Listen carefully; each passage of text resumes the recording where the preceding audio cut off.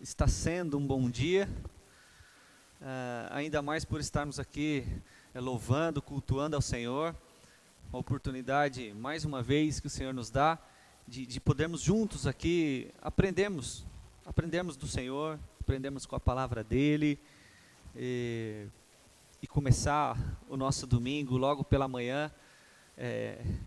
Eu sei que às vezes aí dá aquela vontade de ficar um pouquinho mais na cama, mas aí depois que você levanta, você sabe que você tem um compromisso com o Senhor e vem até aqui. Eu não tenho dúvida que as coisas começam a mudar de figura, o nosso coração começa a se atentar ao nosso dever, ao nosso compromisso, e tudo fica mais gostoso, né? A partir do momento que a gente entra nesse clima de adoração ao Senhor, entoando louvores, cantando ao Senhor, louvores que engrandecem, né, o nome dEle. Isso não tem preço, tá, irmãos?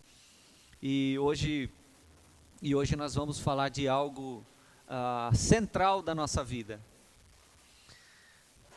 Nós vamos falar de algo que eu vou defender algo aqui que nós, acredito eu, que já temos a convicção de que é uma verdade para a nossa vida, mas que certamente falta uma reflexão mais profunda e diária sobre esse impacto desse fato, desse acontecimento que nós vamos ver no livro de Mateus, e o que isso muda na nossa vida. E se isso não tivesse acontecido mesmo? Se a ressurreição do Senhor não tivesse acontecido mesmo? E eu posso afirmar aqui, já para começar a minha defesa sobre isso e os impactos, os desdobramentos disso na nossa vida, é que se Cristo, Ele não ressuscitou, nossos pecados estão vivos e nós estamos mortos. Então essa é a primeira afirmação, que a gente já pode começar a pensar e trabalhar em cima dela. Se Cristo não ressuscitou, nossos pecados ainda estão vivos e nós estamos mortos. Então, sem Cristo, sem nada. Sem Cristo não há razão nem de vivermos, nem de existirmos. Sem Cristo não faz sentido nada do que já ouvimos e nada do que vemos, nada do que sentimos. Sem Cristo nada faz sentido. Nós vamos continuar trabalhando em cima do livro de Mateus, e agora vamos entrar no capítulo 28 de Mateus, mas ainda falta um trechinho final de 27, e a gente vai ver, para a gente entrar no capítulo 28, com a perspectiva da ressurreição, do sentido da ressurreição, e vamos tentar responder aqui juntos. Se sem Cristo é sem nada, então como é que é com Cristo? E aí juntos a gente vai discorrer sobre esses pontos. A esperança prometida para nós, povo de Deus,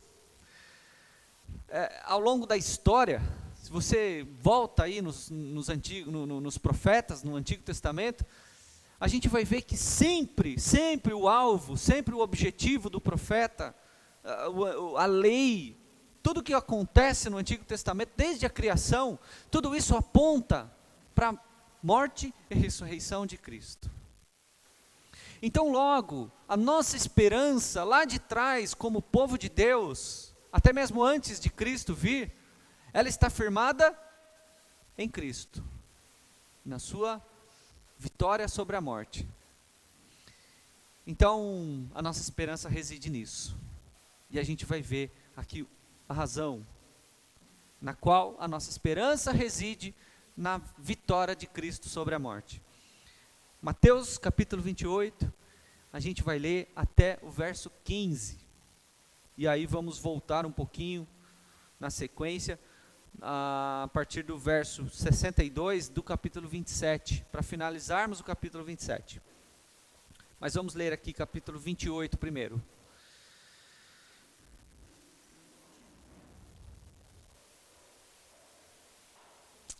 verso 1, capítulo 28. Depois do sábado, no primeiro dia da semana, bem cedo, Maria Madalena e a outra Maria foram visitar o túmulo. De repente houve um grande terremoto, pois o anjo do Senhor desceu do céu, rolou a pedra da entrada e sentou-se sobre ela. Seu rosto brilhava como um relâmpago, e suas roupas eram brancas como a neve. Quando os guardas viram o anjo, tremeram de medo e caíram desmaiados como mortos. Então o anjo falou com as mulheres: não tenham medo, disse ele, sei que vocês procuram Jesus que foi crucificado. Ele não está aqui, ressuscitou, como tinha dito que aconteceria. Venham, vejam onde seu corpo estava, agora vão depressa e contem aos discípulos que ele ressuscitou e que vai adiante de vocês para a Galileia. Lá vocês o verão. Lembre-se do que eu lhes disse. As mulheres saíram apressadas do túmulo e assustadas, mas cheias de alegria, correram para transmitir aos discípulos a mensagem do anjo. No caminho, Jesus as encontrou e as cumprimentou. Elas correram para ele, abraçaram seus pés e o adoraram. Então Jesus lhes disse: não tenham medo, vão e digam a meus irmãos que se dirijam a Galileia, lá eles me verão. Verso 11. Enquanto as mulheres estavam a caminho, alguns dos guardas entraram na cidade e contaram aos principais sacerdotes o que havia acontecido. Eles convocaram uma reunião com os líderes do povo e decidiram subornar os guardas com uma grande soma de dinheiro. Instruíram os soldados: vocês devem dizer o seguinte: os discípulos de Jesus vieram durante a noite, enquanto dormíamos, e roubaram o corpo. Se o governador ficar sabendo disso, nós os defenderemos para que não se compliquem. Os guardas aceitaram o suborno e falaram conforme tinham sido instruídos. Essa versão se espalhou entre os judeus, que continuam a contá-la até hoje, até aqui. Vamos fechar nossos olhos, vamos orar em reverência à palavra do Senhor. Bondoso Deus, nós te agradecemos, Pai, por tudo que o Senhor tem feito por nós. Nós te agradecemos porque hoje o Senhor traz a nós essa palavra que é central na nossa vida, que se falta o entendimento dela para nós, certamente a nossa vida ainda está sem sentido algum. Nós precisamos, Senhor, que o Senhor esclareça no nosso coração, na nossa mente, sobre o impacto, a importância de confiarmos na sua ressurreição, na sua vitória sobre a morte. Nós te agradecemos, Pai, por esta oportunidade rica que o Senhor nos dá aqui hoje. Abra o nosso coração, abra a nossa atenção, para que possamos compreender e aplicar a Tua palavra, em nome de Jesus. Amém. A esperança prometida a nós, ela reside nesse fato de que Cristo ressuscitou. É a garantia da nossa história, é a garantia da história de que temos um Deus que venceu sobre a morte, que se cumpriu as promessas que Deus havia feito lá atrás, desde a criação. É sobre esse fato, não faz nada de sentido se a gente olhar para um Cristo, para um Jesus que morreu e que não ressuscitou. Qual é o sentido? Aí a gente pode fazer um exercício aqui de reflexão, para pensarmos: se Cristo não ressuscitou, qual é o sentido da nossa vida? E essa pergunta, ela ecoa e deveria ser feita para esse mundo, porque se nós temos um Cristo, um Jesus que foi morto e que não venceu a morte, aquele esvaziamento de Deus, da sua própria glória, qual é o sentido daquilo? Qual é o sentido do nascimento de Cristo aqui nesse mundo? Qual é o sentido dele ter passado todo o sofrimento? Porque historicamente nós temos fatos sobre isso.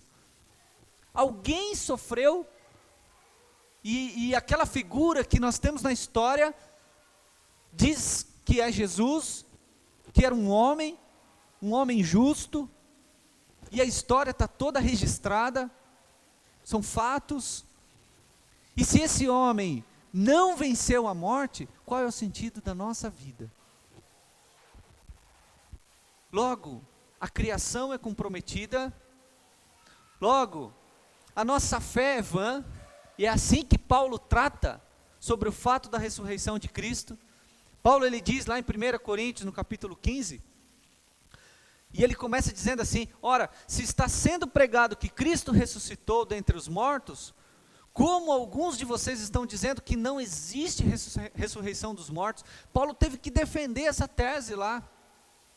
Ele está perguntando, fazendo uma pergunta afirmativa lá para aqueles irmãos, ou para aquele povo que duvidava, melhor dizendo, né? Se está sendo pregado que Cristo ressuscitou dentre os mortos, como que alguns de vocês ainda insistem, né, em dizer que ele não ressuscitou? Se não há ressurreição dos mortos, ele continua, então nem mesmo Cristo ressuscitou, e se Cristo não ressuscitou, é inútil a nossa pregação, como também é inútil a fé que nós temos. Se um dia, eu e você, que findaremos, né, que sairemos desse mundo, que morreremos para esse mundo, se nós não cremos que um dia nós teremos os nossos corpos, né, junto ao Senhor, resgatados pelo Senhor, se nós não cremos que um dia teremos uma vida na glória com o Senhor, nós também não cremos que Cristo ressuscitou.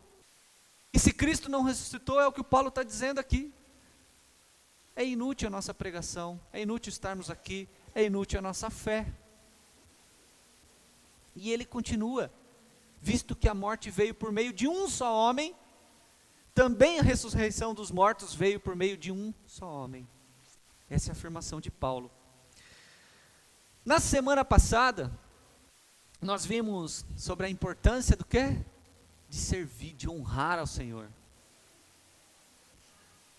E nós vimos isso sobre a figura de um homem rico, José de Arimateia, que resgata o corpo de Cristo e que dá ao Senhor um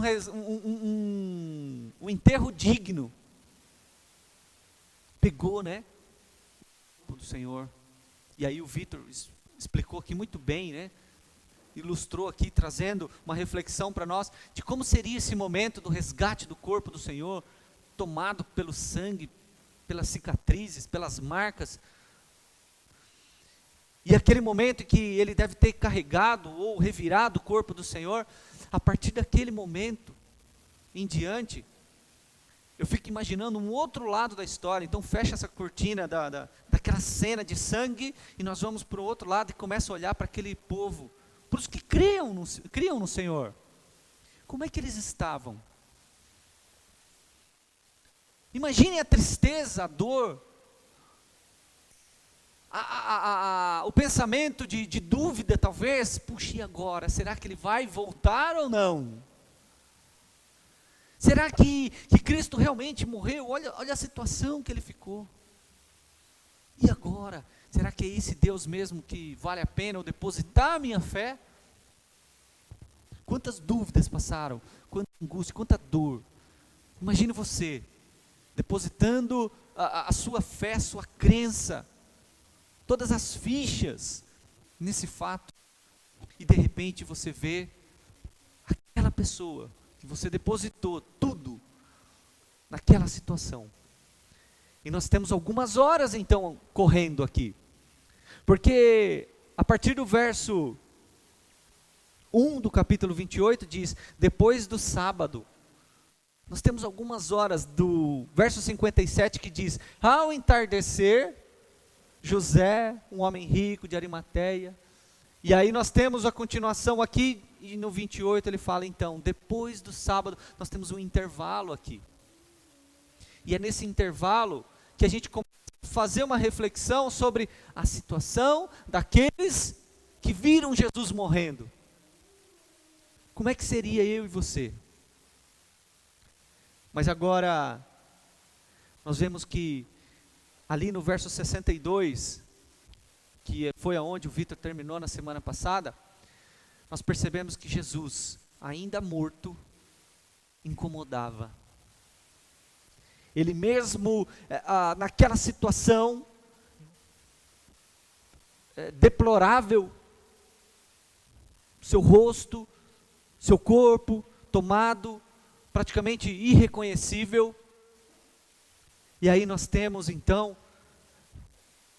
esse mesmo Jesus, naquela situação, incomodando ainda. Não está relatando aqui aqueles soldados, os principais sacerdotes e fariseus, celebrando aquela morte.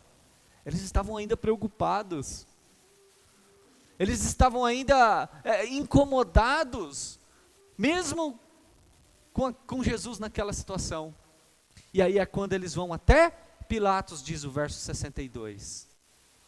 Eles vão até Pilatos para quê? Porque eles se lembraram. Havia uma promessa. E eles dizem, lembramos que quando ainda vivia, e ainda estavam raivosos, né? E eles dizem, aquele mentiroso. Na sua versão talvez esteja diferente ali. Mas o sentido é esse. Eles chamavam Jesus de mentiroso. Aquele mentiroso disse que depois de 3 dias ressuscitaria. Eles não queriam pagar para ver. E o que eles pedem para Pilatos então? Pedimos que lacre o túmulo do Senhor, o túmulo até o 3º dia. E isso impedirá que seus discípulos roubem o corpo e depois digam a todos que ele ressuscitou. Se isso acontecer, estaremos em pior situação que antes. Olha só, havia na mente deles essa possibilidade. Por mais que eles não crescem no Senhor, eles não tiravam que isso era provável.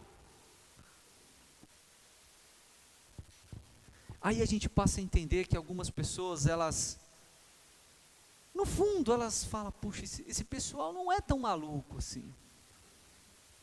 Eles externam isso. Mas a maioria deles fica um pezinho atrás, lá no íntimo. Será que eu não deveria crer nisso também? Mas muitos deixam a raiva, a ira, deixam a dúvida, a descrença, a incredulidade tomar conta, e aí externalizam o ódio contra os crentes, contra o próprio Senhor. E eles pedem a Pilatos, e Pilatos dá um ok. Ele fala para os discípulos, para os principais sacerdotes e fariseus, tudo bem, vai lá, manda uma equipe forte lá, talvez, manda os mais fortes lá, ficar na frente, os que mais sabem atirar, a verdade é que Pilatos dá essa liberação para que fique uma equipe guardando o túmulo do Senhor. E aí então, nós temos mais um fato colaborando com o próprio Senhor. O que parecia ser um problema para os discípulos, né? Ou o que parecia ser um problema para aqueles que creem no Senhor, nós temos aqui então mais um fato que reforça a vitória de Cristo sobre a morte. Eles armam um esquema pesado de segurança. Eles queriam acabar, na realidade, com qualquer esperança que alguém viesse a ter sobre Jesus sendo o Cristo, o Messias. Era isso que eles queriam. Acabar com a esperança daqueles que criam no Senhor. Mas eles não sabiam que uma vida sem Cristo é o mesmo que uma vida sem nada, sem Cristo, sem nada. Eles não sabiam disso. Joe Owen foi um grande reformador da nossa história, e ele dizia que não há como pensar no céu sem Cristo, pois seria o mesmo que pensar no inferno. É o mesmo que pensar no dia sem sol, é o existir sem vida, é a festa sem comida, é o ver sem luz, é o mar sem água, e é a terra sem seus campos. E o céu sem Cristo é um absurdo. É assim que os reformadores tinham em mente de uma vida sem Cristo, de um céu sem Cristo. Então nós temos aqui, para entrarmos no capítulo 28, esse cenário dos fariseus, dos principais sacerdotes, ali se juntando a Pilatos, criando um reforço de segurança para que Cristo não saísse do túmulo. Eles tinham essa pulga atrás da orelha, eles tinham uma pulga atrás da orelha contra os discípulos que poderiam se resgatá-lo. A gente vê que não faz nenhum sentido no final do texto, e vamos ver a razão disso. E a pergunta que nos vem é: se sem Cristo, sem nada, como é que então é a nossa vida com Cristo? E essa é a nossa resposta, a nossa busca de respostas hoje. E a primeira que nós vemos, a primeira resposta, de uma vida com Cristo, se de fato Ele ressuscitou, é que nós temos um Cristo, nós temos confiança num Cristo que é todo poderoso. Que é todo poderoso. Ele, no capítulo 28, nós vemos que ele começa uma reviravolta aqui, cheio de poder, cheio de glória. Diz o texto que no primeiro dia da semana, bem cedo, Maria Madalena e a outra Maria foram visitar o túmulo. De repente, no verso 2, de repente, houve um grande terremoto. Pois um anjo do Senhor desceu do céu, rolou a pedra da entrada e sentou-se sobre ela. Seu rosto brilhava como um relâmpago, e suas roupas eram brancas como a neve. Ele faz a terra tremer. Esse é o nosso Senhor, que faz a terra tremer. E ele, ao fazer tremer a terra, ele faz o quê? Ele se revela com todo o seu brilho e com todo o seu esplendor. Mas ele não fez só a terra tremer. Diz o texto que, verso 4, quando os guardas viram o anjo, tremeram de medo e caíram desmaiados como mortos. Com Cristo, nós confiamos num Deus Todo-Poderoso, que faz tremer a terra, mas que faz tremer também aqueles que não confiam nele. É esse Deus a quem nós estamos aqui, hoje, celebrando, adorando.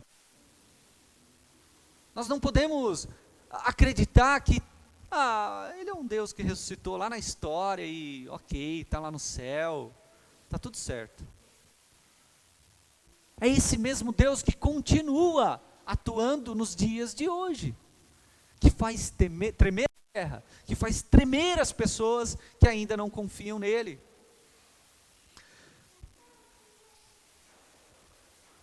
Só que nós temos no verso 5,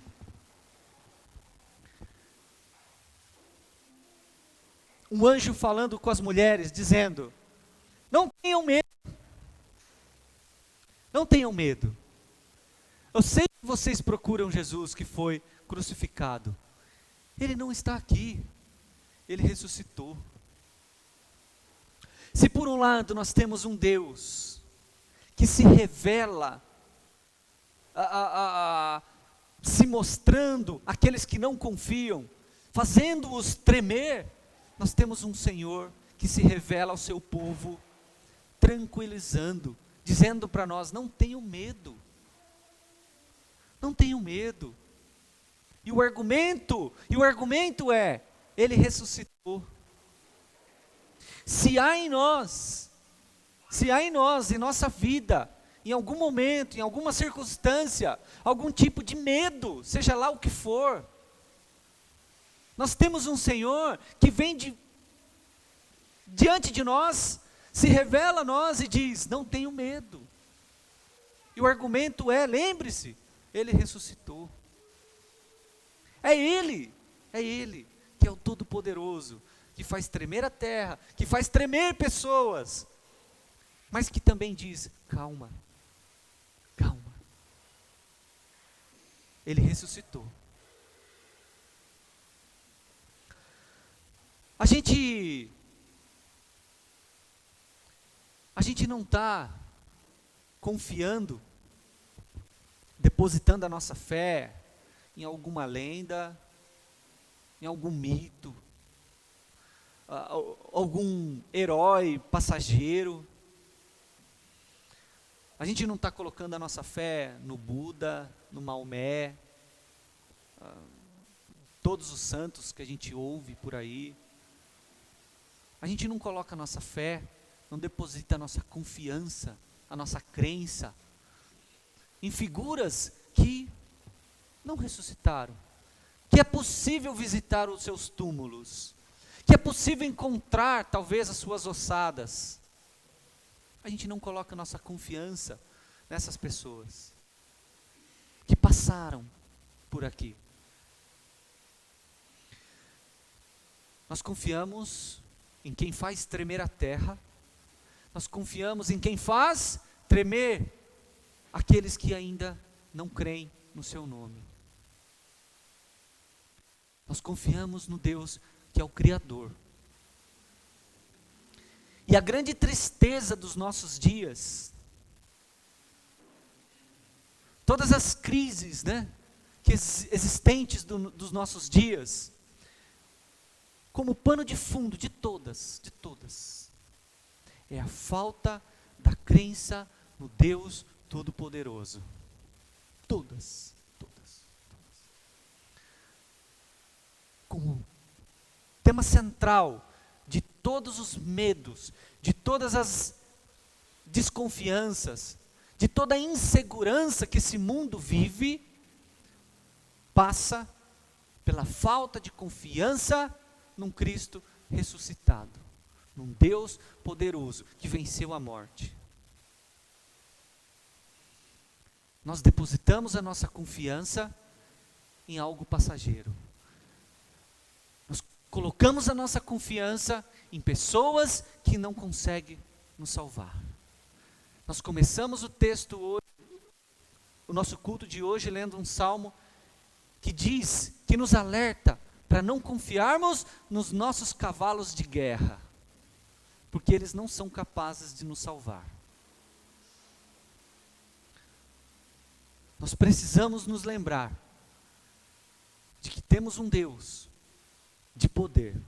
Não é um Deus qualquer. É um Deus que transforma o mal em bem. É um Deus que transforma as circunstâncias difíceis em algo glorioso. O impossível em possível. É um Deus que transforma pecadores como nós em santos, justificados pela sua ressurreição. Porque se não há ressurreição, os nossos pecados estão vivos e nós estamos mortos. Esse é um primeiro ponto. O segundo ponto: se sem Cristo, sem nada, com Cristo, temos um relacionamento de adoração. Nós temos um relacionamento de adoração se temos Cristo. No verso 7 e 8, nós vemos as mulheres ali sendo incumbidas, de fazer algo. E olha que interessante. A primeira comissão pós-morte e pós-ressurreição, mas ali pós-morte, são elas as incumbidas do quê? De anunciar Cristo, ainda ali naquele transtorno todo, e agora ele morreu, vai ressuscitar, as mulheres ali visitando o túmulo, chega o anjo, se revela a elas e diz, anuncie, e elas recebem essa incumbência de anunciar o Senhor. São as primeiras pós-morte a fazer isso, mas elas também são as primeiras a adorarem o Senhor pós-ressurreição. O texto diz ali, agora vão depressa, correm, vão depressa e contem. E é interessante que o texto diz que o Senhor ia adiante.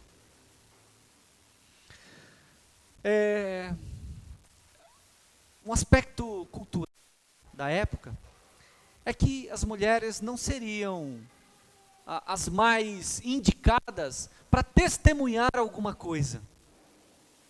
Havia, né, essa barreira cultural de que as mulheres não seriam as melhores pessoas para anunciar alguma coisa ou para dar um testemunho. Havia isso. Mas olha o que o Senhor faz.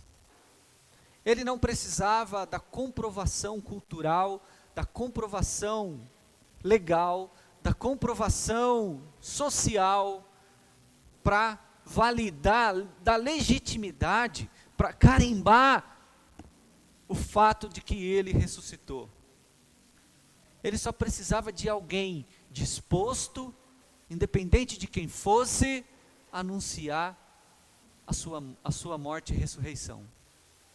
Ele encontra aquelas mulheres naquela condição e anuncia, vá. E é interessante que o texto diz que ele ia adiante, na frente. Eu estou à frente de vocês. Vai.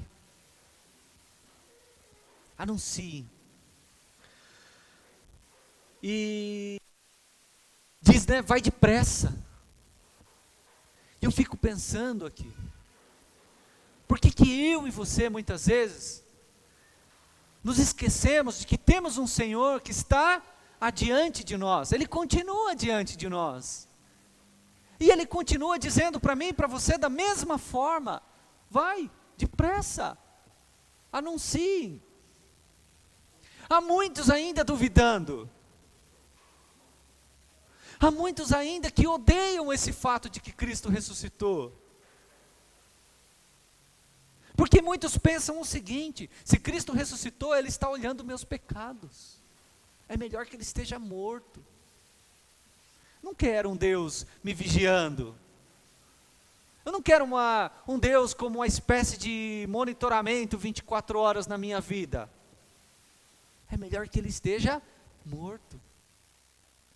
E aí vem nós, assim como essas mulheres, anunciando, não, Cristo está vivo, Cristo está vivo, não tem como fugir da presença dEle, Ele está de olho em todos, a presença dEle é em todos, sobre todos.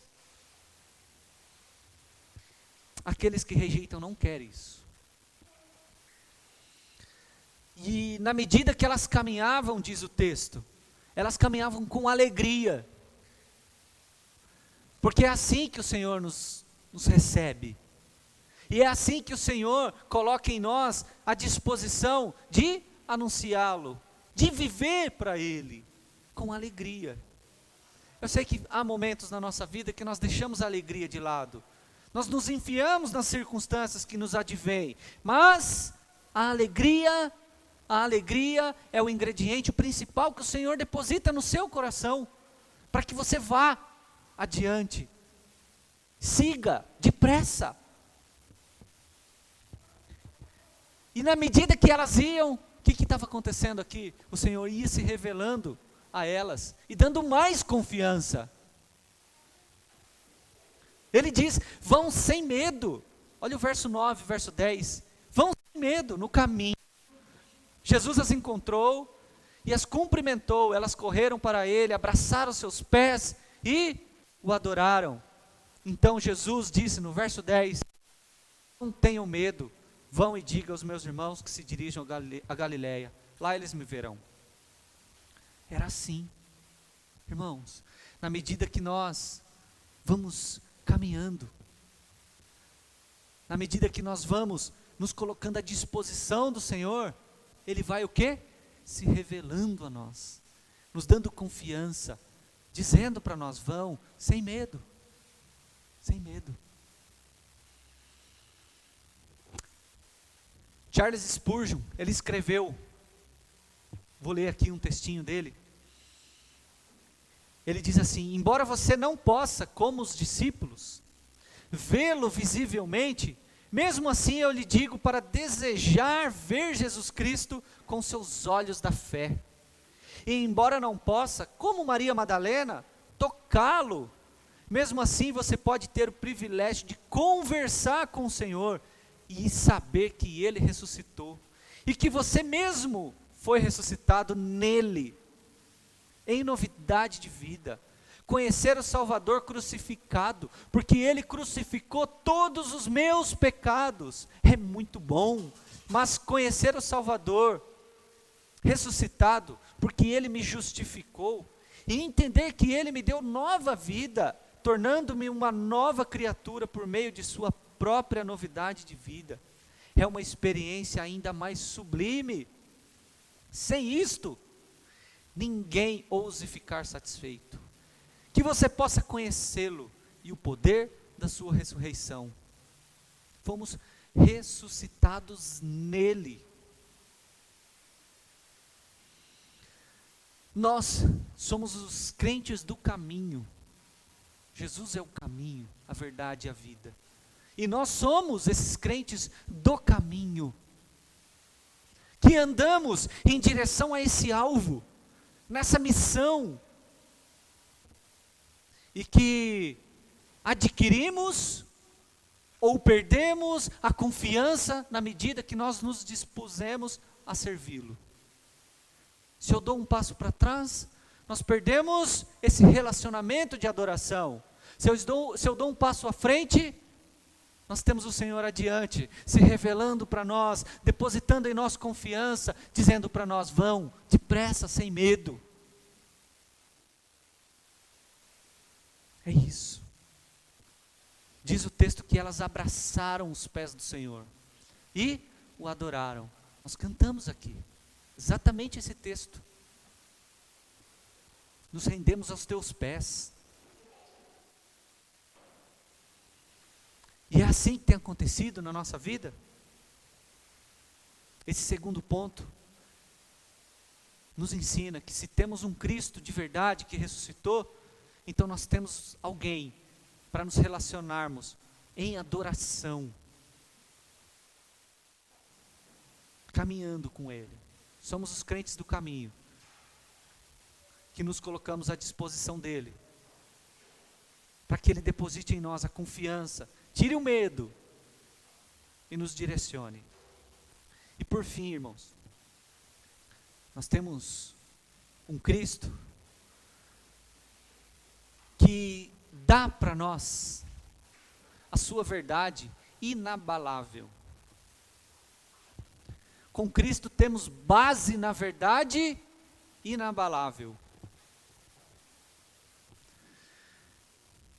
A partir do verso 11, nós voltamos, agora fecha a cortina, as mulheres ali, elas estão caminhando, elas estão no caminho, o Senhor se revelando a elas adorando o Senhor, elas já confiantes de que o Senhor ressuscitou, felizes, alegres, indo anunciar a sua ressurreição.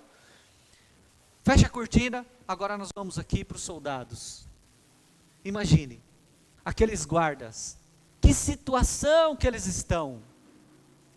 Lá na empresa, de vez em quando, a gente pega um ou outro dormindo, né? No seu posto de trabalho lá, que segurança devia estar atento, não é isso? O segurança tem que estar atento, 24 horas, se ele está trabalhando, tem que estar atento. E agora nós temos então o cenário desses guardas, talvez ali, oriçados, né? Meu Deus, o que aconteceu? E agora? O que vai acontecer comigo? Porque os soldados romanos eram conhecidos por sua severidade, por sua disciplina, por sua forma sempre muito assídua, né? Muito atenta. Eram rigorosos. De repente, alguém escapou. Eles tinham que vigiar, imagina, né? Pior, a gente brinca, né? Pô, se eu der uma tartaruga para fulano, ele deixa escapar. Agora, se eu der uma pessoa morta para você, você vai deixar essa pessoa escapar como? Imagina a cabeça desses soldados. E diz o texto: enquanto as mulheres estavam a caminho, alguns dos guardas entraram na cidade e contaram aos principais sacerdotes o que havia acontecido. Mas será que eles contaram?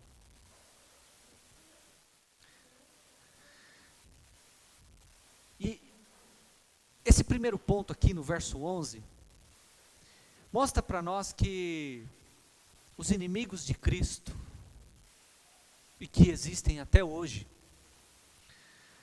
eles estão sempre criando meios de inventar alguma mentira, ou de esconder a verdade.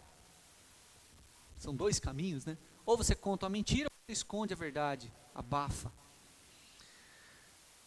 Para que Cristo não seja evidenciado, para que Cristo não seja adorado, porque eles de fato são inimigos de Cristo, são filhos do diabo, são pessoas que são usadas realmente por Satanás para que Cristo não seja adorado. E qual que é o caminho que eles utilizam para isso? Suborno e mentira. Suborno e mentira são sempre os instrumentos que filhos do diabo, que pessoas que não creem em Cristo vão se utilizar para abafar a verdade do Senhor. E aí nós vemos que enquanto as mulheres estavam no caminho, alguns articulavam mentiras.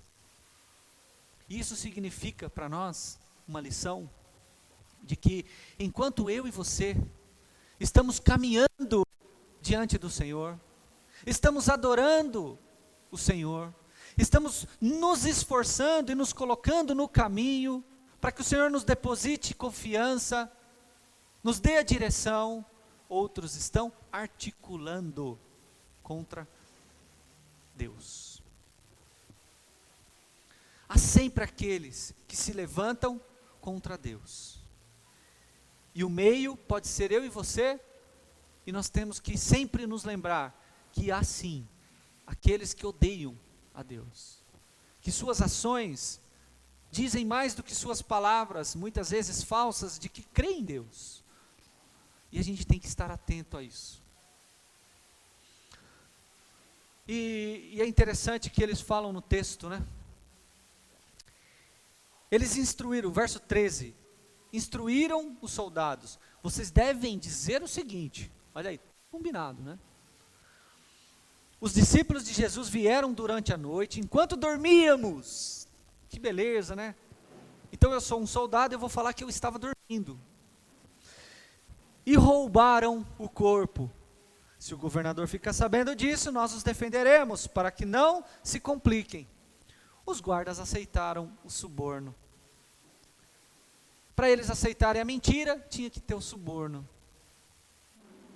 E a pergunta é, por qual razão os romanos esconderiam o corpo? Por qual razão? Jesus morto, ensanguentado, com seu corpo exposto numa cruz, era um troféu para eles. Eles queriam mais é que Jesus estivesse morto mesmo. Qual seria o sentido, né, dos próprios romanos esconder o corpo? Então a gente desclassifica, os soldados romanos não fariam isso. Então nós temos outro grupo, os judeus. Vamos lá, soldados romanos, nós temos judeus agora. Perguntar para os judeus, foram vocês que sumiram com o corpo de Jesus? Aí, certamente a resposta dos judeus seria o quê? Que? Jamais. Eu quero que o corpo de Jesus, eu quero visitar o túmulo de Jesus, ver a ossada dele de ano em ano. Porque eu quero ter a confiança de que ele morreu mesmo. De que o Jesus não era o Messias prometido. E é assim que os judeus creem até hoje. Jesus para eles não foi o Messias prometido que ressuscitou. E que continue assim. Então os judeus também não tinham motivo para sumir com o corpo de Jesus. Então quem poderia fazer? Os discípulos. E aí a pergunta é, puxa vida, por que vocês discípulos, que creem em Jesus, que tinham confiança toda depositada no fato de que Jesus ressuscitaria, por que vocês iam sumir com o corpo? Por quê? Vocês iam inventar uma mentira para serem mortos? O que acontece Quando o corpo de Jesus some ali do túmulo, a partir desse momento, os discípulos começam a anunciar isso. Jesus ressuscitou, Jesus ressuscitou, o corpo dele não está mais lá. Qual era o benefício que eles recebiam? Morte de cruz, decapitação, açoitadas, sofrimento, dor, medo, angústia.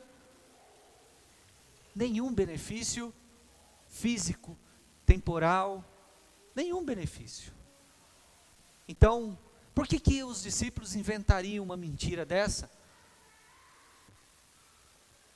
Não faria sentido. E o outro fato aqui sobre a mentira ainda dos soldados dormindo.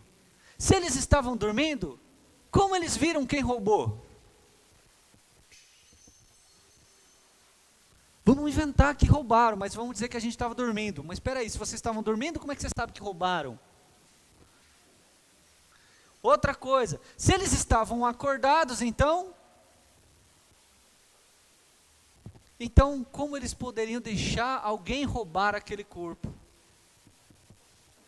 Você vê que nenhuma informação bate uma com a outra. Nem a mentira que eles alegam, e nem se aquilo de fato fosse um acontecimento ali de alguém roubando o corpo, também não faria sentido. Nós estamos falando de uma pedra aproximada de 2 toneladas, que ficava sobre uma rampa, e essa pedra era rolada e fechava a boca do túmulo aqui. Então assim, quem estava aqui dentro jamais conseguiria empurrar essa pedra para fora. Nós temos todos os argumentos geográficos, físicos ali, históricos, tudo isso comprovando que não havia como alguém escapar daquele túmulo, ou alguém roubar o corpo daquele túmulo. E a verdade é que ninguém pode contra uma verdade inabalável de Deus. Ninguém. Todos os fatos históricos contribuem para mostrar para nós que sim, Cristo ressuscitou.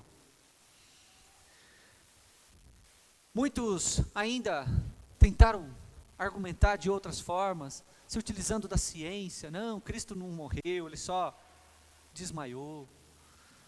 E todos eles sem nenhum fundamento, e que todos eles já ultrapassados. E a única verdade que fica é: Cristo só pode ter ressuscitado, cumprido sua promessa, renovado as esperanças, não só daquele povo que acompanhou, mas nos fazendo chegar até nós. Irmãos, nós temos aqui então 3 pontos que nós podemos lembrar se de fato Cristo ressuscitou. O primeiro é que temos um Cristo, Deus Todo-Poderoso, em que podemos confiar. Todo o nosso depósito de fé é nele. Nós temos um Cristo que podemos nos relacionar de forma que adoremos Ele. E nós podemos confiar na verdade que é inabalável da parte dele. E aí, por fim, como perguntas finais aqui, em quem você tem confiado? Aonde é o depósito da sua confiança? A direção da sua crença, da sua confiança mesmo no dia a dia? No que você tem confiado? Em quem você tem confiado? Paulo diz lá aos irmãos de Efésios: finalmente, fortaleçam-se no Senhor e no seu poder. É o poder de Deus, o celeiro que recebe a nossa confiança, e ali faz transbordar para nós a nossa confiança, a nossa segurança. Uns confiam em carros, outros em cavalos, mas nós confiamos no Senhor. É assim que deve ser. no seu caminhar? Quem você tem encontrado para adorar? Quais são os ídolos que tentam impedir no nosso dia a dia a nossa adoração ao Senhor? Que tipo de ídolos são esses? Que muitas vezes permeia o nosso coração, fica girando em torno, nos faz andar na beira do abismo. Precisamos evidenciar isso, fazer uma autorreflexão e pensar: será que eu estou no caminho, caminhando com o Senhor, com Ele se revelando a mim, e eu estou neste momento adorando a Ele mesmo? Lá em Provérbios diz que devemos buscar a vontade dEle em tudo que fizermos, e Ele mostrará o caminho que devemos seguir.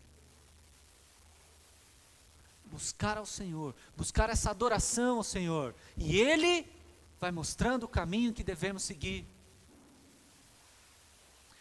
Não deixe que o foco de uma vida de dependência de adoração ao Senhor seja atropelado por outros ídolos. Siga nessa missão, adorando. Por fim, como fica seu coração diante da verdade de termos um Deus vivo? 1 João 3,19 diz: desta forma saberemos que somos da verdade e acalmaremos o nosso coração na presença dEle. Acalme seu coração diante dessa verdade inabalável de Cristo estar vivo no caminho, no seu caminho, no caminho que Ele te colocou. Acalme seu coração diante dessa verdade inabalável. Sem Cristo, sem nada, mas com Cristo nós temos todas essas possibilidades. Amém? Vamos orar? Bondoso Deus, nós te agradecemos, Pai, porque o Senhor se revela a nós. E se revela a nós com todo o seu poder, esplendor e glória. E faz de nós servos do Senhor, adoradores do Senhor. E na medida que o adoramos, o Senhor nos dá a direção, nos dá a paciência, calma o nosso coração e nos faz prosseguir, anunciando, para que outros também, que muitos até aqueles que odeiam o Senhor, possam repensar, possam ser invadidos pelo Teu Espírito Santo, para que possam crer que o Senhor, ao ressuscitar, levou todo o nosso fardo pesado de pecado, nos tornando justos, apesar de nós, apesar de toda a influência ainda do pecado, mas nos libertando da condenação desse pecado. Muito obrigado, Pai. Obrigado, porque sem o Senhor não temos nada. Em nome de Jesus. Amém.